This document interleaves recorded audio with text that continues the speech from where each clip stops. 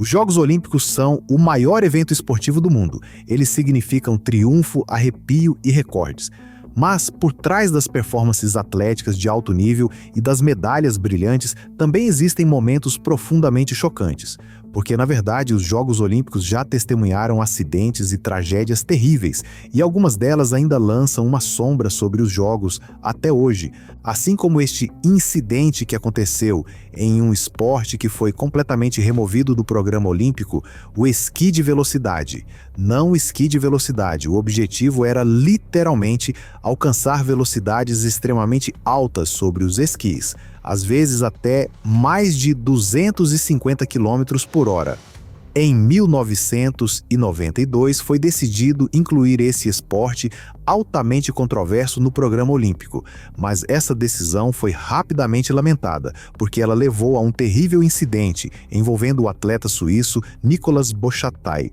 Ele já sabia o quão perigoso era o esporte, mas, infelizmente, isso não o protegeu. O que o condenou não foi uma perda de controle ou um erro de esqui, mas outra coisa. Bochatai queria se aquecer com seus companheiros de equipe em uma pista pública antes da corrida. Ele estava um pouco à frente dos outros esquiadores e chegou a uma colina que bloqueava sua visão. Ele não conseguia ver o que havia atrás dela, e isso levou diretamente a um terrível acidente. De repente, Bochatai viu uma máquina niveladora de neve bem à sua frente e teve apenas uma fração de segundo para reagir. Ele não conseguiu mais mudar de direção e colidiu diretamente com a máquina em alta velocidade. Bochatai perdeu a vida instantaneamente e o evento perigoso foi rapidamente removido do programa olímpico pelo comitê. Que os atletas às vezes são impotentes diante das circunstâncias externas foi algo que o lugista profissional de 21 anos, Nodar Kumaritashvili, da Geórgia, também teve que experimentar. Seu acidente se tornou o momento mais trágico da história olímpica moderna, e isso aconteceu justamente no dia da abertura dos Jogos Olímpicos. Era 12 de fevereiro de 2010, em Vancouver, no Canadá, quando Nodar quis fazer uma última descida de treino na famosa pista do Whistler Sliding Center.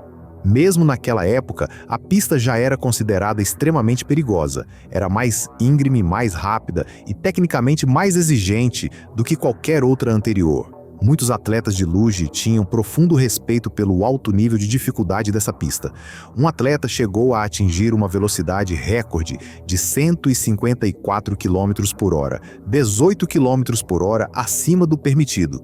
E foi exatamente essa alta velocidade que condenou Nodar na última curva traiçoeira. Ele de repente perdeu o controle do trenó, foi arremessado para fora e saiu voando da pista. Bateu a cabeça contra um poste de metal. As equipes de resgate correram imediatamente até ele, tentaram reanimá-lo e até tentaram levá-lo de helicóptero a um hospital próximo, mas apesar de todos os esforços, ele morreu devido aos ferimentos graves. Vamos agora voltar bem ao passado, aos Jogos Olímpicos de Verão de 1912. Naquela época, os Jogos ocorreram em Estocolmo e durante o evento fazia um calor extremo. Isso se tornou um problema especialmente durante a maratona, porque as temperaturas subiram tanto que 1/3 de todos os corredores nem chegou a participar da prova, com medo pelos próprios corpos. E esse medo era justificado, porque no fim de mais de 60 corredores, apenas 36 cruzaram a linha de chegada, e Lázaro não estava entre eles. Sua corrida terminou de forma extremamente trágica. No início ele conseguiu manter um bom ritmo, mas depois de 30 quilômetros, o calor afetou tanto seu corpo que ele desabou e perdeu a consciência.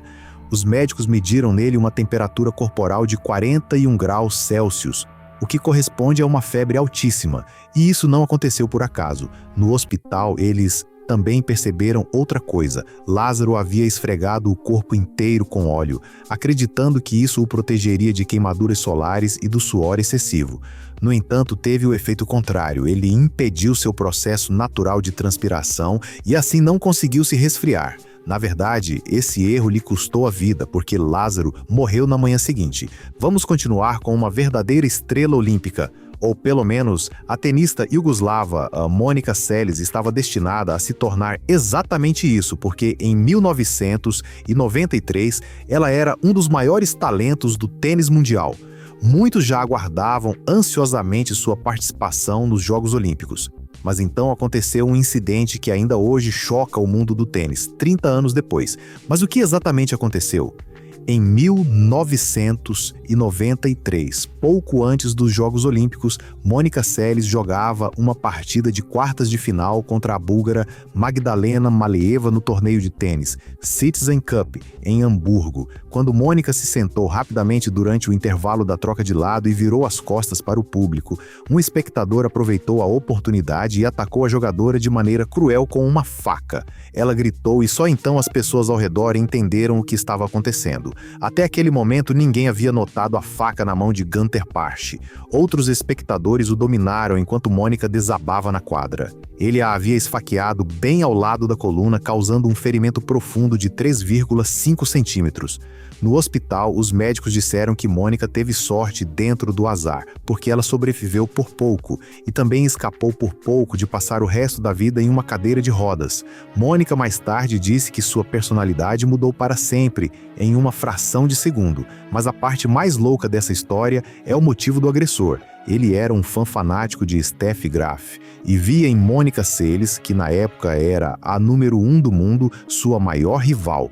E foi por isso que ele quis eliminá-la. De fato, a carreira de Mônica Seles mudou para sempre depois desse ataque traumático, e ela lutou muito para voltar ao topo do mundo. O ciclista dinamarquês de 23 anos Knud Enemark Jensen também teve que pagar com a vida por sua paixão. Ele participou dos Jogos Olímpicos de Verão de 1960, em Roma, e enfrentou ali a corrida mais difícil de sua vida. O motivo foi a temperatura extremamente alta, acima dos 40 graus. Muitos atletas naquele dia sofreram de desidratação e insolação.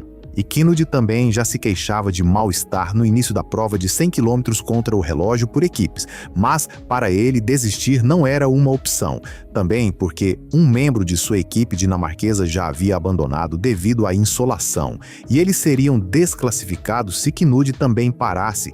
Seus companheiros o seguravam pela camisa para apoiá-lo e tentavam refrescá-lo com água. Por um curto momento, isso teve efeito positivo, mas logo ele perdeu o equilíbrio e caiu da bicicleta. Bateu a cabeça no asfalto e sofreu uma forte concussão. Mas, em vez de levá-lo imediatamente para uma sala com ar-condicionado, colocaram Knud em uma tenda de hospital militar, onde estava ainda mais quente do que do lado de fora. Ele ficou lá inconsciente por 2 horas, em inacreditáveis 50 graus. E isso, no fim, foi sua sentença de morte. Ele morreu naquela tenda por causa da insolação. E agora, um esporte que parece tão elegante e leve, mas que na realidade carrega enormes riscos de lesão. Estamos falando da patinação artística. Em 2007 ocorreu aqui uma tragédia que certamente deu arrepios de choque em todos os espectadores. Durante uma competição de preparação olímpica, Jessica Dubé e Bryce Davison, que já se apresentavam juntos há vários anos como dupla canadense de patinação, executavam muitos giros e arremessos no gelo. Entre eles estava a chamada espiral lado a lado, em que ambos fazem piruetas simultaneamente, um ao lado do outro. Na terceira rotação aconteceu. Bryce girou perto demais de Jessica e cortou seu rosto com a lâmina afiadíssima do patim. Ela caiu no gelo e a superfície ficou imediatamente vermelha. O público assistiu em choque enquanto Jessica era carregada e levada ao hospital. Os médicos salvaram não apenas seu rosto com mais de 80 pontos, mas também sua vida, já que ela havia perdido uma enorme quantidade de sangue. De fato, ela teve coragem de voltar ao gelo com seu parceiro apenas 2 meses depois, embora com uma cicatriz enorme no rosto impossível de não notar. Comparado ao próximo caso, é preciso dizer que Jessica saiu relativamente ilesa, porque para Ignaz Steffenson, de 25 anos, os Jogos Olímpicos de Berlim em 1936 tiveram um desfecho muito mais trágico. Ele era um piloto muito experiente e chefe da equipe austríaca de planadores. Pouco antes de sua demonstração oficial de voo começar, ele quis fazer um voo de teste. Uma grande multidão de espectadores havia se reunido para vê-lo, pois Steffenson sempre fora considerado especialmente talentoso em usar o vento e as correntes térmicas a seu favor. Isso lhe permitia realizar manobras únicas no ar com seu planador. E ele fez isso também dessa vez. Mas de repente, uma das asas se partiu e o avião entrou em queda livre em questão de segundos. Ele sabia que precisava tentar de tudo para escapar da aeronave se quisesse sobreviver. Por isso abriu o paraquedas e esperou que ele o afastasse do avião antes da queda. Mas ele estava a apenas 700 metros acima do solo e já não havia tempo suficiente para o paraquedas abrir completamente. Ele atingiu o chão e morreu instantaneamente. Qual desses casos te chocou mais? Escreve pra gente nos comentários. E se você gostou do vídeo, deixa o like e se inscreve no canal.